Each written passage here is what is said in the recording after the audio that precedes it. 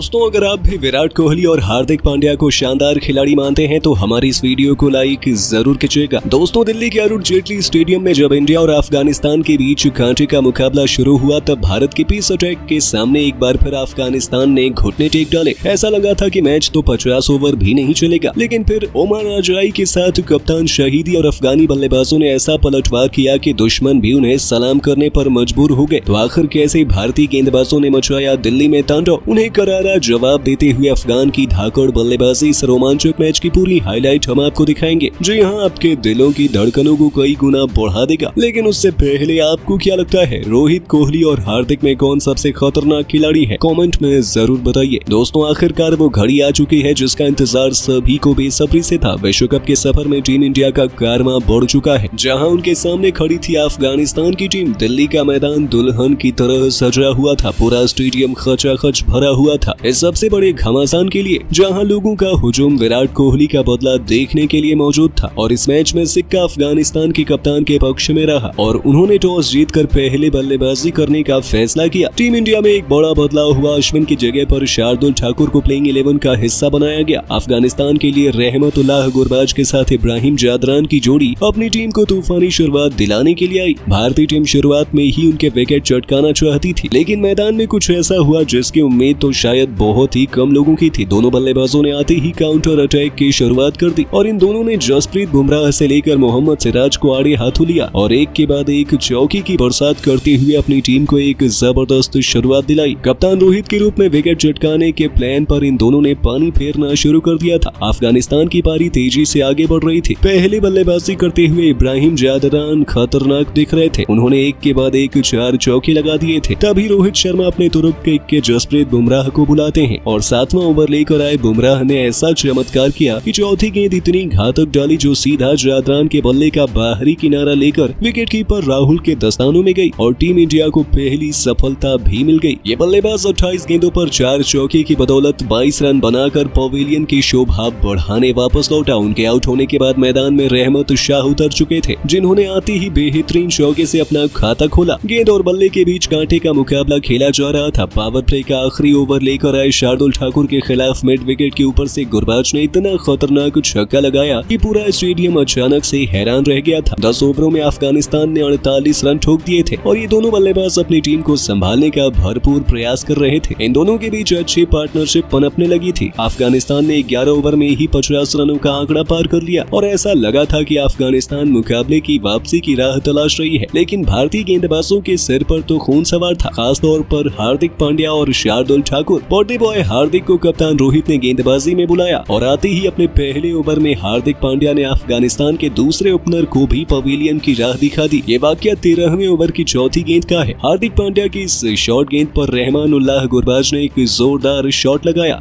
गेंद भी बाउंड्री की तरफ जा रही थी, लेकिन बाउंड्री पर मौजूद रहे लॉर्ड शार्दुल ठाकुर, जिन्होंने फुर्ती दिखाते हुए हवा में छलांग लगाई और गेंद को अपने हाथों में थाम लिया। लेकिन इस वक्त उनका पैर बाउंड्री के बाहर जाने वाला था और ऐसे में उन्होंने समझदारी दिखाते हुए गेंद को हवा में उछाला। बाउंड्री के बाहर जाकर दोबारा मैदान के भीतर आए और उस गेंद को लपक कर बल्लेबाज को पवेलियन का रास्ता दिखाया। गुरबाज 28 गेंदों पर 3 चौके और 3 छक्के के साथ 21 रन बनाकर वापस लौट गए। तो अगला ही ओवर लेकर आए लॉर्ड शार्दुल ठाकुर ने पहली ही गेंद पर रहमत शाह को LBW आउट कर अफगानिस्तान की कमर ही चटका दी। जी हाँ, उनकी घातक गेंद पर ये बल्लेबाज बल्ला तक नहीं ला पाया। हालांकि उन्हें रिव्यू जरूर लिया, लेकिन वो उनके कोई काम नहीं आया और टीम इंडिया ने एक के बाद एक 3 सफलताएं हासिल कर मुकाबले में पूरी तरीके से शिकंजा कस लिया था। रहमत शाह भी केवल 16 रन बनाकर चलते बने और पूरा स्टेडियम इंडिया इंडिया के नारों से गूंज उठा। केवल 63 रनों पर अफगानिस्तान के 3 बल्लेबाज पवेलियन की शोभा बढ़ा रहे थे। अब मैदान पर कप्तान हजमतुल्लाह शहीदी के साथ अजमतुल्लाह ओमरजई की जोड़ी मोर्चा संभालने के लिए मौजूद थे। पेस के जोरदार हमले के बाद अब बारी थी स्पिन के आक्रमण की। रोहित ने अब दोनों तरफ से अपने दोनों ट्रम्प कार्ड रविंद्र जडेजा और कुलदीप यादव से अफगानिस्तान की धज्जियां उड़ाने का मन बना लिया था। दोनों गेंदबाज एक के बाद एक अफगानिस्तान पर पूरी तरीके से दबाव बनाने के लिए आक्रमण की शुरुआत कर चुके थे। 20 ओवर में बड़ी मुश्किल से अफगानिस्तान की टीम 84 रन तक पहुंचने में कामयाब हो पाई। इन दोनों के कंधों पर अपने करोड़ों फैंस की उम्मीदों का बोझ था, जिसके चलते संभल कर उन्होंने अपनी पारी को आगे बढ़ाना शुरू किया। 24 ओवरों में अफगानिस्तान ने किसी तरीके से गिरते पड़ते 100 रनों का आंकड़ा भी छू लिया था। अब तो उन्हें एक एक रनों के लिए भी तरसना पड़ रहा था, लेकिन तभी कुछ ऐसा हुआ जिसने अचानक से मैच का रुख ही पलट दिया। 25वां ओवर लेकर आए कुलदीप के खिलाफ उमर जई ने एक नहीं बल्कि लगातार 2 गेंदों पर 2 तूफानी छक्के लगाकर पूरे स्टेडियम में सन्नाटा ला दिया था। ऐसा लगा था कि ये अफगानिस्तान की वापसी का ऐलान है। ये दोनों मैदान में चट्टान की तरह डटे हुए थे और भारतीय गेंदबाजों की हर एक चालाकी का मुंह तोड़ जवाब दे रहे थे। अब असल मायने में लग रहा था कि अफगानिस्तान भी मुकाबला करने के लिए आई है, वो आसानी से हथियार डालने के लिए तैयार नहीं है। 30 ओवरों में अफगानिस्तान ने 147 रन बना लिए थे। उमर जई अपने अर्धशतक के बेहद करीब थे। उनकी अद्भुत बल्लेबाजी ने तो मुकाबले की दिशा और दशा को ही पलट दिया था। उनके बाद भी अफगानिस्तान की बल्लेबाजी में गहराई, यानी कि अफगान टीम आसानी से 270 रन बनाकर टीम इंडिया को कड़ी चुनौती देने का दम रखती है। लेकिन दोस्तों,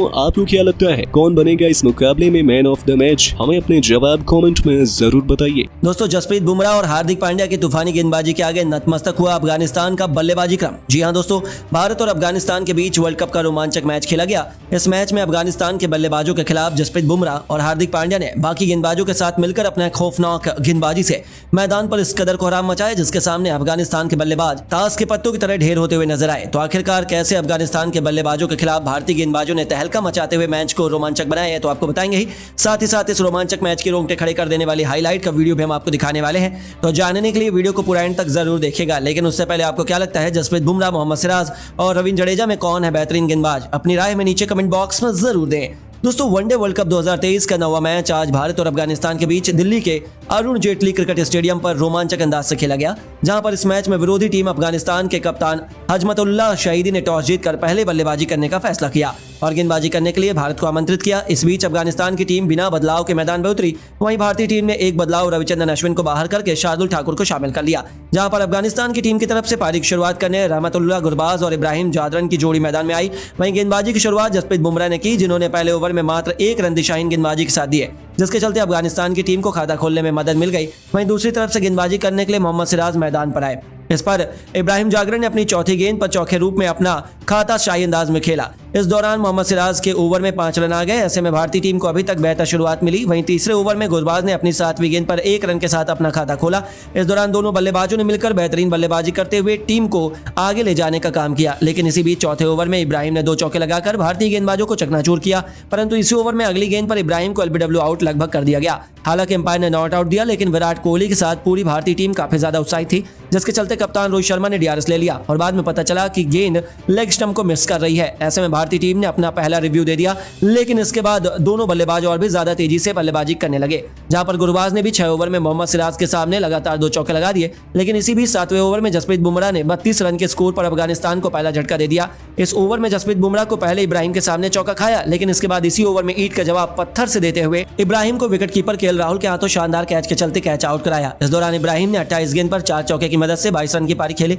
इसके बाद बल्लेबाजी करने के लिए रहमान शाह मैदान पर आए, जिन्होंने 8 ओवर में 7 गेंद पर चौके के साथ अपना खाता खोला। इसके बाद 9 ओवर में गेंदबाजी करने के लिए बर्थडे बॉय हार्दिक पांड्या मैदान पर आ गए, जिसके सामने गुरबाज ने चौके के साथ हार्दिक पांड्या का स्वागत किया। इस ओवर में 5 रन आ गए और इसके बाद पावर प्ले का अंतिम ओवर कराने के लिए शार्दुल ठाकुर मैदान पर आ गए, जिनके सामने गुरबाज ने अपना और इस पारी का पहला छक्का गगनचुंबी अंदाज में लगा दिया। इस बीच उन्होंने शार्दुल ठाकुर को आधे हाथ लिया और ओवर के अंदर 6 रन बटोर लिए। इसी के साथ पावर प्ले में 48 रन 1 विकेट के नुकसान पर विरोधी अफगानिस्तान की टीम ने बना दिया।